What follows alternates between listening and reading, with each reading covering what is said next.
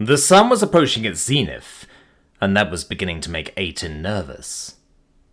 He hadn't seen anything larger than a rabbit the entire day. They knew prey was out here. Before they left the night before, Aiton had laid out a handful of apples. That bait was gone in the morning, but whatever ate it hadn't bothered to show up for the main course. And it was getting uncomfortable up in the tree Aiton was sitting in. His magic meant that he was never in any danger of falling, but that didn't make the narrow branches any nicer to sit on. Below, Phelan lay in the depression that had enlarged from a seasonal creek bed. By the look of things, the red dragon was enjoying a nap while his companion kept a lookout. Aiton couldn't really begrudge the dragon his sleep. He had done the bulk of the work preparing their ambush the day before. More critically, until they had more food, anything he could do to conserve energy was a good thing. Idly, the young dragonette flipped through another page in Zan's journal. It was proving to be difficult to decipher. Not because the recipes were complicated, but because the apothecary's handwriting and spelling was so terrible. He spent most of his time puzzling out which splotches of ink on the page were letters, and which were from forgetting to blot the paper after scrawling a note. What he had found so far was somewhat interesting, but not particularly useful. The rants he mostly ignored after the first couple, and most of the rambling thoughts Zan had put to paper weren't worth reading over. He mostly skipped those, save for the odd bit that caught his eye, like the poem about Xantha. That had been so terrible and graphic that he had to read it out of morbid curiosity. It honestly explained a lot about Zan's steadfast refusal to contemplate betraying her. I wonder if he ever showed it to her. Now that was a thought worth chuckling over. But between all the personal bits were the recipes Aiton had hoped for. At least, there were recipes written there. Some didn't have titles or were written in some sort of code. The rest ranged the gambit from situationally useful to frivolous garbage. A paste promised to leave scales shining for days, but the passage also mentioned that by swapping two ingredients, it became an incredibly painful contact poison.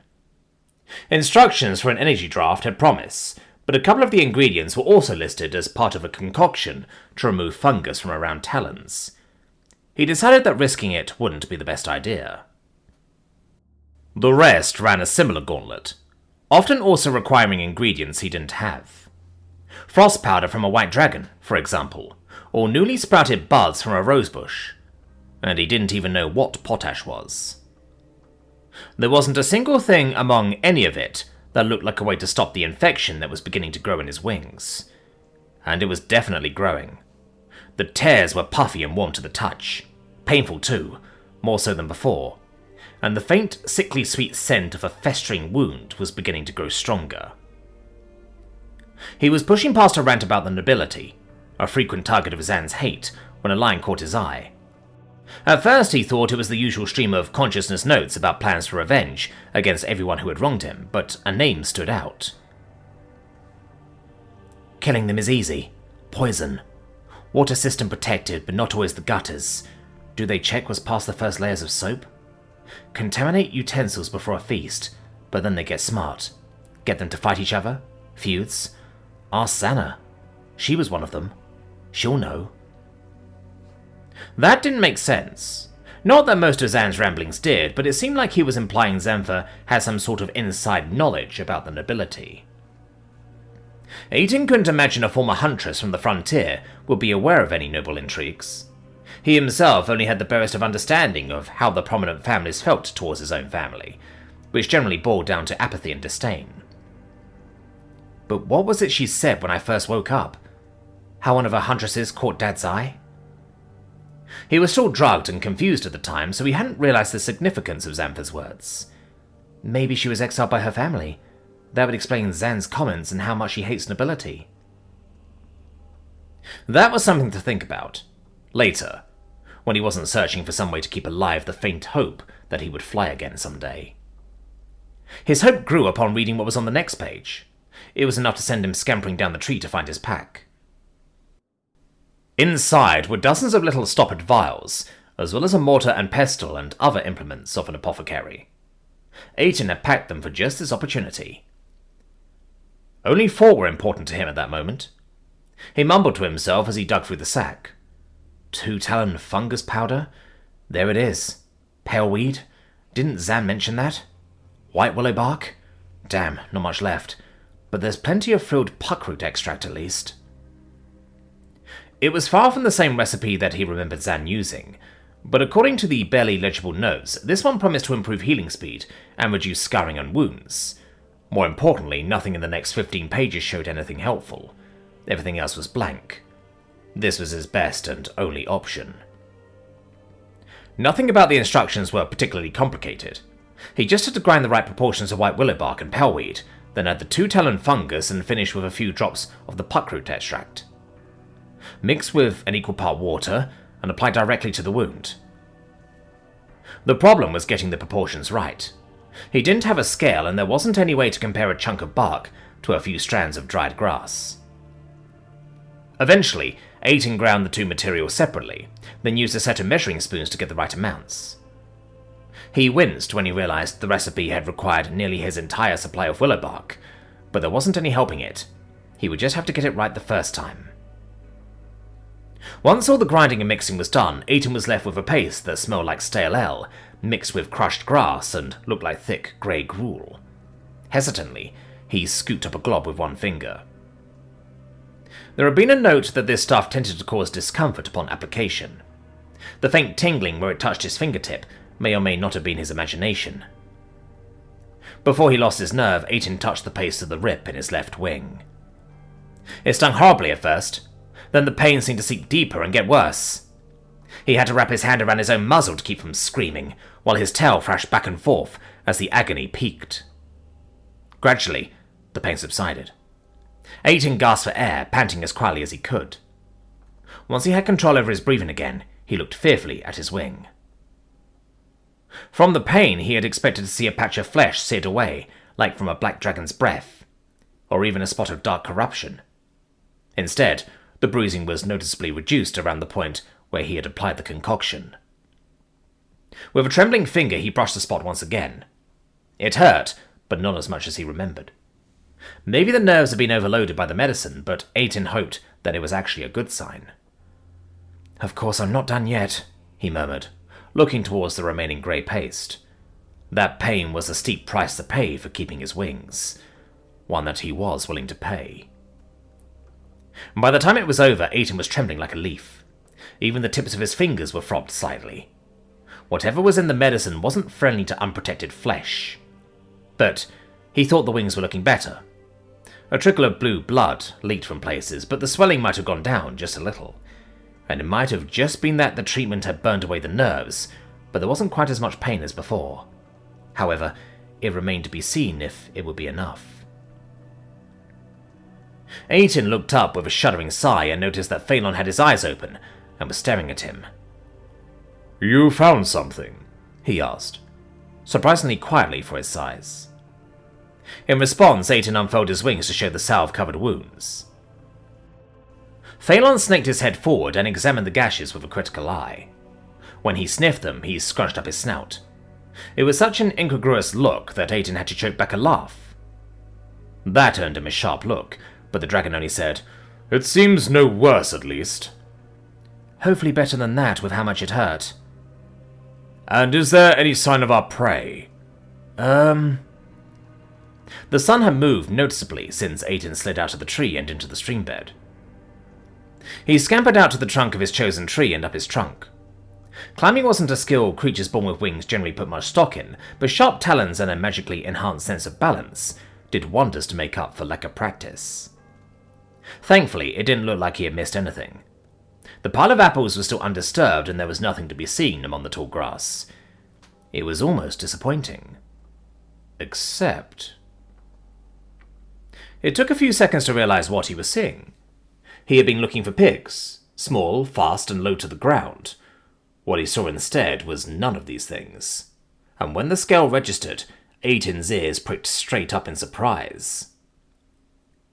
The Luffing Keep had a number of cows and oxen. What he was seeing now looked a bit like those farm animals. They had thick, dark pelts and a bovine shape at least. But they were 3, maybe 4 times the size of the livestock from back home. Taller at the shoulder than almost any dragonet, and nearly as long as his wings were wide. And these had long, forward-turned horns, with wickedly sharp-looking points. "Well?" Phelan hissed. He could see his companion's surprise, but didn't dare stick his head above the lip of the creek. I'm not sure." The animals were in a line, moving slowly and deliberately up the game trail. The first paused and raised its head. For a moment, Aidan thought he had been spotted, but instead it just sniffed the air and let out a low bellow before resuming its plodding. Phelan had no trouble hearing the noise. "What was that?" "Giant oxen?" Something jogged a memory. He recalled a story from one of the huntresses. "I think they're Tyroks." There had only ever been a few on his home island, and he had never actually seen one, but the description fit. A shiver seemed to go through Phelan at the words. From the point of his snout to the tip of his tail. When it passed, the big dragon was as still as if he had been carved from a block of ruby. Aidan eased his way down from his perch and back into the depression, being careful to keep the trunk between himself and the herd. "Where are they?" the dragon demanded, as soon as Aidan's feet hit the ground. "Heading towards the bait. 11 of them," he whispered once he was close. "But those things are so big that an arrow will just make them mad, and you dug the pits for something the size of a pig. I don't—" "Tell me when they get there." "All right," Aidan nodded resignedly. "We'll follow the plan. One of the smaller ones might get stuck and—" "No. The plan is changing." Phelan's mouth cracked, exposing wicked fangs and a draconic smile. "Pigs are fast. Tyroks aren't. You tell me when they reach the bait. I will run one down." It made sense. The dragon outmassed the biggest of the herd by at least 10 times, and they didn't exactly look like they were made for speed.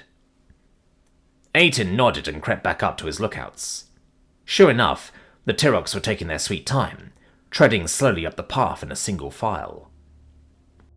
Minutes dragged by as they ambled along, occasionally stopping for a few mouthfuls of grass to chew, but generally heading towards the ambush.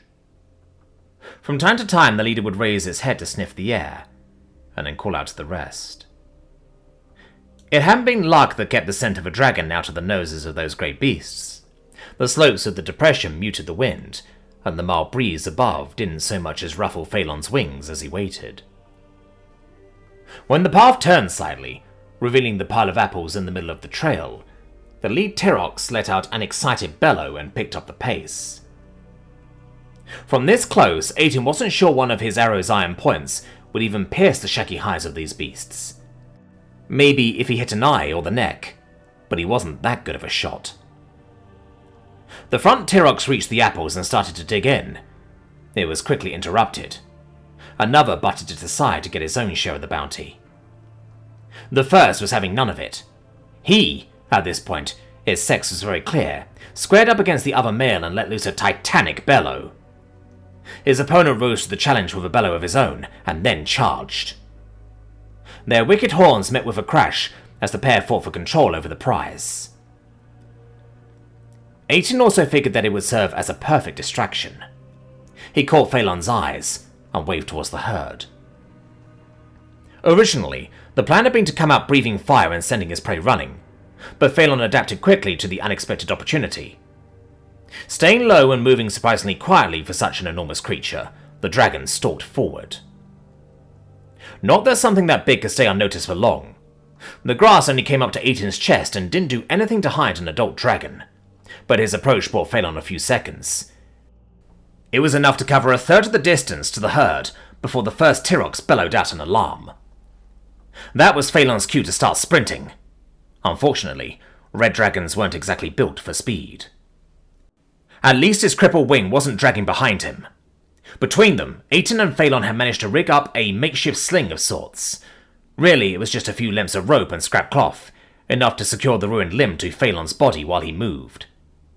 Regardless, he wasn't exactly fast, and the Tyroks took advantage of that, forming together in a half circle to face the charging dragon. Phelan scrambled to backpedal as he was faced with what was, for all intents and purposes, a natural pike wall. There was no doubt that if he pressed the attack, the dragon would win the battle, but he would have to take licks to do it. Having already lost the use of a wing, it was obvious Phelan wanted to avoid any serious injury. He darted in with his long neck, trying to reach above and behind the horns. No such luck. The Tyroks backpedaled and raised their heads, forcing Phelan to abort his attack once again, or risk a faceful of horns. An arrow buried itself at the feet of the largest of the Tyroks. The beast didn't even seem to notice, as it shifted and crushed the shaft under a massive hoofed foot. Aiden cursed as it disappeared into the tall grass. His arm ached from the effort of drawing the bow even halfway. It was a heavier weight than he was used to, and his week in captivity had done him no favours. Worse, the miss had cost him one of his handful of arrows, and he didn't have any way to make more. The herd continued backing away slowly, bellowing their anger at the progressively more and more frustrated dragon. Phelan took a swipe with one of his clawed forearms, more as a probe than any serious attack. It sent a couple of the Tyroks scrambling out of the way, but he just didn't have the reach for an effective strike, and his follow-up bite was once again turned away by horns. Reaching a decision, he started to turn to bring his tail to bear. One strike had literally torn Juniper in half, and it would certainly do a number even on something as enormous as a Tyroks. But halfway through the turn, one of the ropes securing Phelan's wing to his side slipped. The makeshift arrangement had never been meant to hold up to this sort of abuse, and his wing flopped to the ground. Phelan let out a hiss of frustration as it got underfoot. To make matters worse, the length of rope tangled in his foreleg. It was a matter of moments to shrug out the remnants of the sling and regain his footing, but those were moments where the dragon's attention was split. Sensing an opportunity, the bull took it. He charged forward, slamming into Phelan's wounded left side.